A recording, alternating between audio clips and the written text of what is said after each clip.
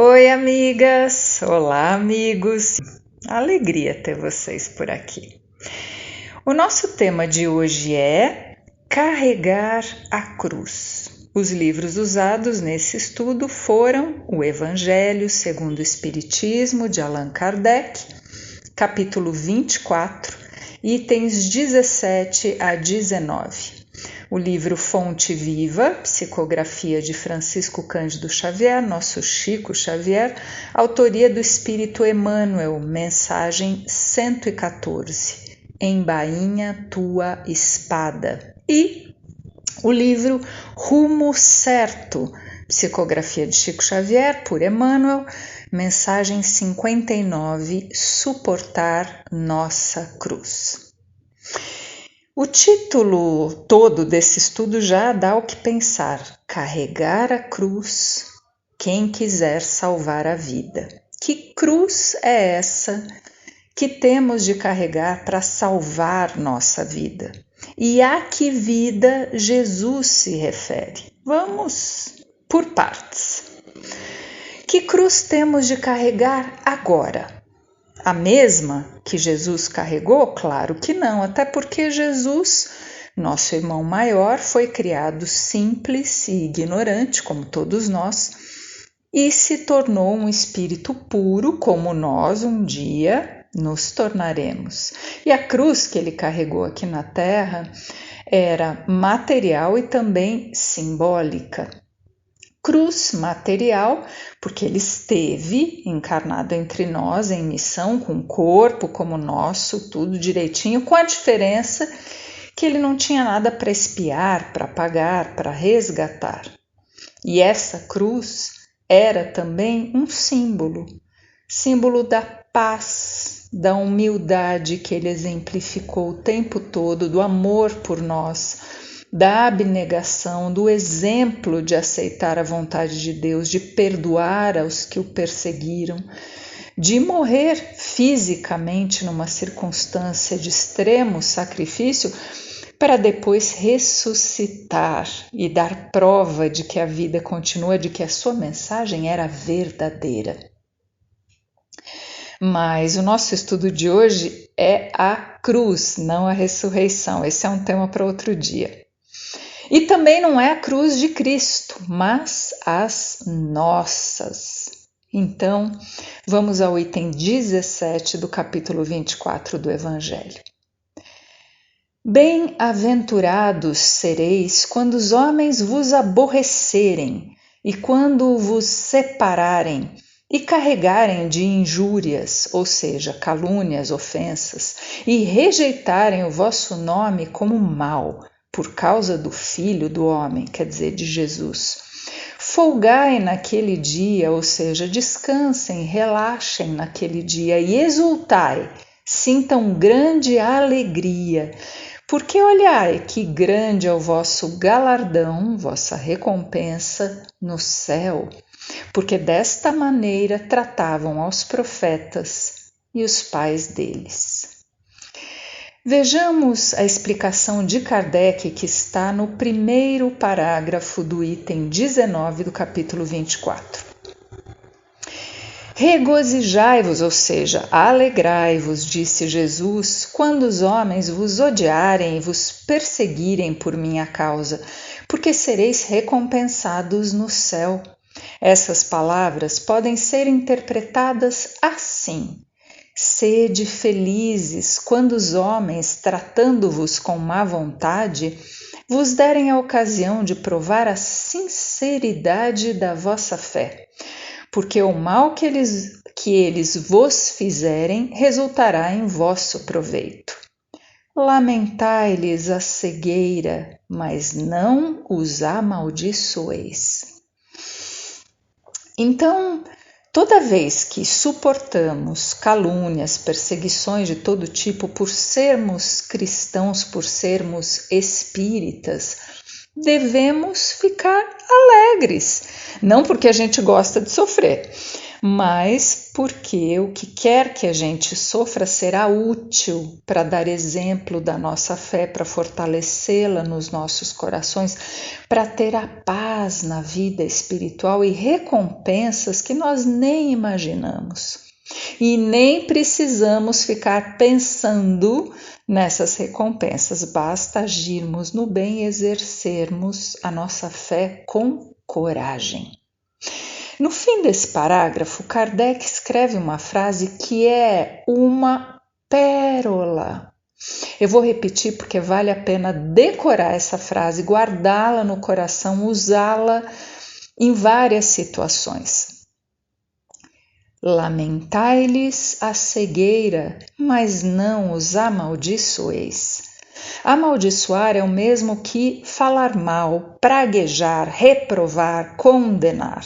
Então, por exemplo, tem uma pessoa que te prejudica. Você vê o erro dela, lamenta que ela esteja agindo assim e compreende que essa cegueira moral dela é temporária. Por isso você não condena a pessoa, você censura o ato, não ela. Porque ela irá mudar um dia. E enquanto isso não acontece, você lamenta, perdoa e segue com a sua vida. Lamentai-lhes a cegueira, mas não os amaldiçoeis. Essa ideia nos acalma, coloca nossos sentimentos no lugar, é muito útil, muito útil. E voltamos ao Evangelho no item 18, capítulo 24. E chamando a si o povo, com seus discípulos, disse-lhes: Se alguém me quiser seguir, negue-se a si mesmo e tome a sua cruz e siga-me. Porque o que quiser salvar a sua vida, perdê-la-á. Mas o que perder a sua vida por amor de mim e do Evangelho, salvá-la-á. Pois de que aproveitará o homem se ganhar o mundo inteiro e perder a sua alma? Esse trecho está em Marcos, capítulo 8, versículos 34 a 36, Mateus 10, 39 e João 12, 24 a 25. Então, se alguém quiser seguir Jesus, deve negar-se a si mesmo, tomar sua cruz e o seguir. O que é negar-se a si mesmo? É dizer não ao nosso egoísmo, a tudo que nós fazemos pensando em nós primeiro, a tudo que é interesse pessoal, a essa falta de altruísmo, de caridade, de generosidade, falta de renúncia a favor do bem dos outros. A isso devemos dizer não, já que nós queremos seguir Jesus. E tomar a sua cruz, o que quer dizer? Bom, nós já temos uma ideia, né?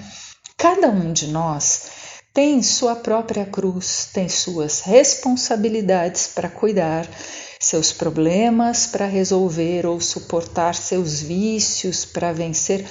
Todos nós temos problemas nesta vida. Carregar a nossa cruz é uma oportunidade de crescimento, de aprendizado, de expiação, de reparação. Por exemplo, se estivermos com um problema de saúde, então nós vamos obrigatoriamente carregar a nossa cruz, certo? A coisa é conosco, não dá para abandonar, como certas pessoas fazem quando a cruz, o problema é com o próximo, né? É com um parente, é com o filho, é com a esposa, é com o marido, aí a pessoa abandona, vai embora, pronto, resolvido. Resolvido nada, arranjou um problemão para ela, né? Para o futuro. Mas enfim, e quando a coisa é conosco? Então, não dá para escapar. A gente vai ter de carregar a cruz. Será? Vamos pensar com calma. Alguém que tem um problema de saúde, que mantém o ânimo, a fé, a alegria, que reage com todo carinho aos seus cuidadores, que segue as orientações médicas, esse está, sim, carregando a sua cruz e muito bem. Mas aquele que se desespera, que não toma os remédios, que briga com todo mundo, que se joga no desânimo ou na revolta, esse não está carregando a sua cruz. Sempre importante lembrar que na lei de Deus não existem só dois resultados, é sim ou é não, ou você está carregando a sua cruz ou não está. Não, não é assim. Deus analisa profundamente cada detalhe no coração dos seus filhos. Cada um tem o seu próprio, digamos, nível de sucesso em carregar a cruz. O importante é, a cada encarnação, irmos melhorando a nossa capacidade de carregar bem a nossa cruz, a cada dia melhorando essa capacidade. Nessa passagem, Jesus recomenda que 3 coisas sejam feitas ao mesmo tempo. Atenção, não é uma coisa depois da outra, não, é tudo junto. Negar a nós mesmos, nós já vimos o que é. Carregar nossa cruz, nós também já vimos o que é. E o seguir, ou seja, seguir os seus ensinamentos. Trocando em miúdos, nos esforçar todos os dias para sermos pessoas melhores como Ele nos ensinou. Por fim, Jesus diz, porque o que quiser salvar a sua vida, perdê-la. Mas o que perder a sua vida por amor de mim e do Evangelho, salvá-la. Pois de que aproveitará o homem se ganhar o mundo inteiro e perder a sua alma? Aquele que colocar sua vida material, seus interesses mesquinhos, seu egoísmo em primeiro lugar, achando que vai salvar sua vida aqui na Terra, que vai se dar bem, vai perder na sua vida de espírito, na verdadeira vida. Sempre lembrando que isso não significa que a existência aqui agora na Terra não seja importante, ela é imundo e muito, mas a definitiva é espiritual. Já aquele que perde favores, bens, reputação, até mesmo perde a vida por ter colocado em primeiro lugar os ensinamentos de Jesus, esse salvará a sua vida de espírito imortal. Esse sim vai se dar muito bem do lado de lá. É isso que ele quis dizer, salvar a vida do espírito imortal, a nossa vida moral. Vamos dar um exemplo concreto. Se alguém aceita suborno, dinheiro sujo para favorecer uma pessoa e prejudicar outra, esse alguém está perdendo a sua alma. Já se ele se recusa, se diz, eu sou espírita, eu sou cristão, eu aprendi que isso é errado, eu não vou fazer isso, esse alguém pode até perder o seu emprego, mas ele terá ganhado algo bem mais precioso, a sua alma, a sua consciência tranquila. Kardec explica esse trecho no 2º parágrafo do item 19 do capítulo 24 do Evangelho segundo o Espiritismo. Ele diz assim: após isso, Jesus acrescenta: tome a sua cruz aquele que me quer seguir, isto é, que suporte corajosamente as tribulações que a sua fé provocar, pois aquele que quiser salvar a sua vida e os seus bens renunciando a mim, perderá as vantagens do reino dos céus, enquanto os que tudo perderem aqui embaixo, até mesmo a vida para o triunfo da verdade, receberão na vida futura o prêmio da coragem, da perseverança e da abnegação. Mas para os que sacrificam os bens celestes aos gozos terrenos, Deus dirá: já recebeste a vossa recompensa. Quando nós lemos essas palavras, parece que elas se aplicam apenas àqueles que tiveram grandes missões ou têm grandes missões na Terra, que têm de defender uma crença perseguida, como aconteceu com muitos espíritas no Brasil. Parece que a gente está falando só de um Eurípides Barçanufo, de um Bezerra de Menezes, de um Chico Xavier, mas não. Essa explicação das palavras de Jesus feita por Kardec se aplica a todos nós. sem exceção. Por exemplo, a pessoa fez um tratamento com um médium de cura e de fato se curou de uma determinada doença. Quando ela volta ao médico e ele pergunta o que aconteceu, ela deve dizer a verdade: eu fiz um tratamento espiritual. Quando seus amigos, num churrasco, perguntam a essa pessoa como ela se curou, o que aconteceu, ela deve dizer: eu fiz um tratamento espiritual. Ela não deve esconder a sua crença, a sua fé, a verdade. E mais, ela tem de agir de acordo com essa fé. Nós todos temos. Outro exemplo, é claro que eu estou dando exemplos bem simples, bem materiais, né?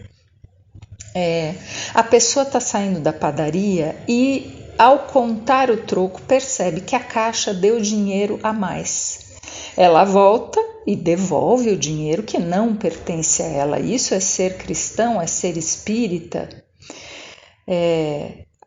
assumir a sua fé, mas sobretudo agir de acordo com ela, né? Não basta se dizer espírita ou cristão, é preciso agir de acordo com a sua fé.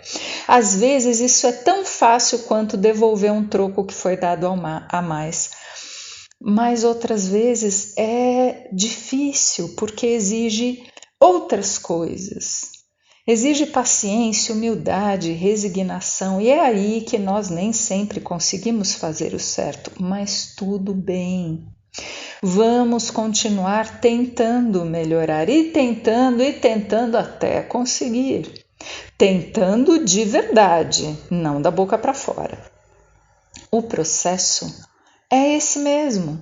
Deus sabe disso. O importante é não parar de tentar. É igual andar de bicicleta, é igual aprender a dirigir, é igual aprender a cozinhar. Não é de uma hora para outra. A gente tenta e vai ficando aos poucos cada vez melhor e melhor e melhor. É devagar, devagarinho, sim, é aos poucos, né? Como diz no livro dos Espíritos, a natureza não dá saltos, não acontece um milagre, papum, pronto, virei um espírito de luz. É devagar.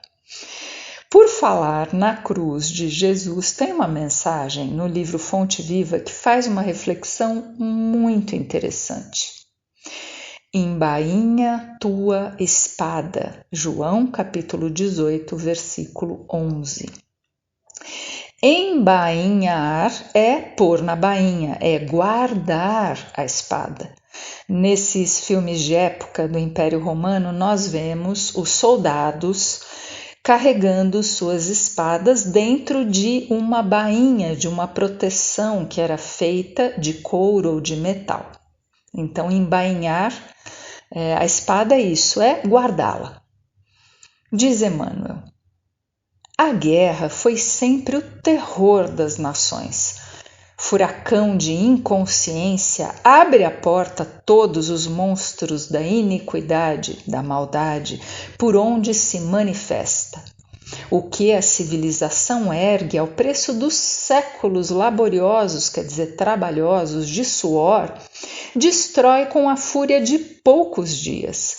Diante dela, surgem o morticínio e o arrasamento que compelem, que empurram o povo à crueldade e à barbárie, através das quais aparecem dias amargos de sofrimento e regeneração para as coletividades que lhe aceitaram os desvarios, as loucuras. Ocorre o mesmo dentro de nós quando abrimos luta contra os semelhantes, sustentando a contenda, quer dizer, a briga, a rixa com o próximo. Destruidora tempestade de sentimentos nos desarvora, nos desorienta, nos perturba o coração. Ideais superiores e aspirações sublimes longamente acariciados por nosso espírito, construções do presente para o futuro e plantações de luz e amor no terreno de nossas almas sofrem desabamento e desintegração, porque o desequilíbrio e a violência nos fazem tremer e cair nas vibrações do egoísmo absoluto que havíamos relegado à retaguarda da evolução, ou seja, o egoísmo que havíamos deixado lá para trás, de repente volta num acesso de cólera nosso. Depois disso, muitas vezes devemos atravessar aflitivas existências de expiação para corrigir as brechas que nos aviltam, que nos desonram, o barco do destino, em breves momentos de insânia, de loucura. Em nosso aprendizado cristão, lembremo-nos da palavra do Senhor: embainha tua espada. Alimentando a guerra com os outros, perdemo-nos nas trevas exteriores, esquecendo o bom combate que nos cabe manter em nós mesmos. Esse bom combate é se tornar uma pessoa melhor a cada dia, como Jesus nos ensinou. Façamos a paz com os que nos cercam, lutando contra as sombras que ainda nos perturbam a existência, para que se faça em nós o reinado da luz.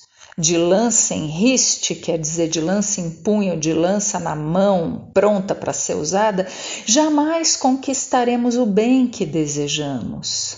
Ou seja, brigar com todo mundo não adianta, não é solução e nos faz muito mal. A cruz do Mestre tem a forma de uma espada com a lâmina voltada para baixo. Recordemos assim que, em se sacrificando sobre uma espada simbólica, devidamente ensarrilhada, quer dizer, dentro da bainha guardada, é que Jesus conferiu ao homem a bênção da paz, com felicidade e renovação. Lindo, né? Quando nós somos agressivos, quando gritamos, quando maltratamos alguém, estamos usando a nossa espada contra o próximo e, por consequência, contra nós mesmos. Mas a mensagem simbólica da cruz é uma espada virada ao contrário. E isso diz ao mundo inteiro paz ao invés de guerra. Para terminar, eu vou ler eu vou ler um trecho de uma mensagem de Emmanuel que está no livro Rumo Certo, é a mensagem 59. Eu vou ler só um trecho, lindo trecho, diz assim: suportar nossa cruz será tolerar as tendências inferiores que ainda nos caracterizam sem acalentá-las, mas igualmente sem condenar-nos por isso. Diligenciando, quer dizer, nos esforçando, esgotar em serviço, em paciência, em serenidade e em abnegação a sucata de sombras que ainda transportamos habitualmente no fundo das nossas atividades de autoaprimoramento ou reabilitação. Chorar em muitas ocasiões, mas nunca desesperarmos. Errar ainda vezes muitas. No entanto, retificar-nos em todos os lances da estrada, tantas vezes quantas se fizerem necessárias.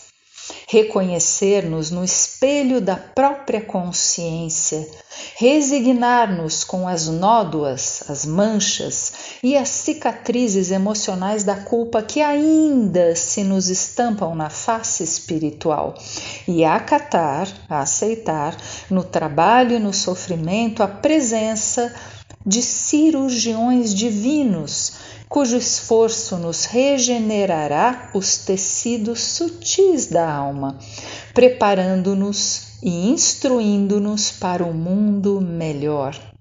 Suportar nossa cruz jamais será maldizê-la ou lamentá-la, e sim acolher-nos imperfeitos como ainda somos perante Deus, mas procurando por todos os meios justos melhorar-nos e burilarmos, quer dizer, nos aprimorar, avançando sempre, mesmo que vagarosamente, milímetro por milímetro, nos caminhos da ascensão para a vida eterna. Ai, esse trecho é demais. Eu gosto muito quando ele fala, né, que nós não devemos nos condenar. Vamos errar, vamos, mas vamos levantar e levantar e levantar, né?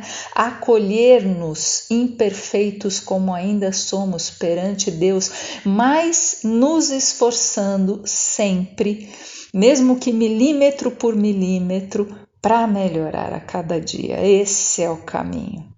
É isso. Seguindo em frente, sem nos condenar, nos acolhendo como somos hoje, mas avançando sempre. Com o quê? Com o quê? Com confiança e alegria de servir. Abraço bem apertado.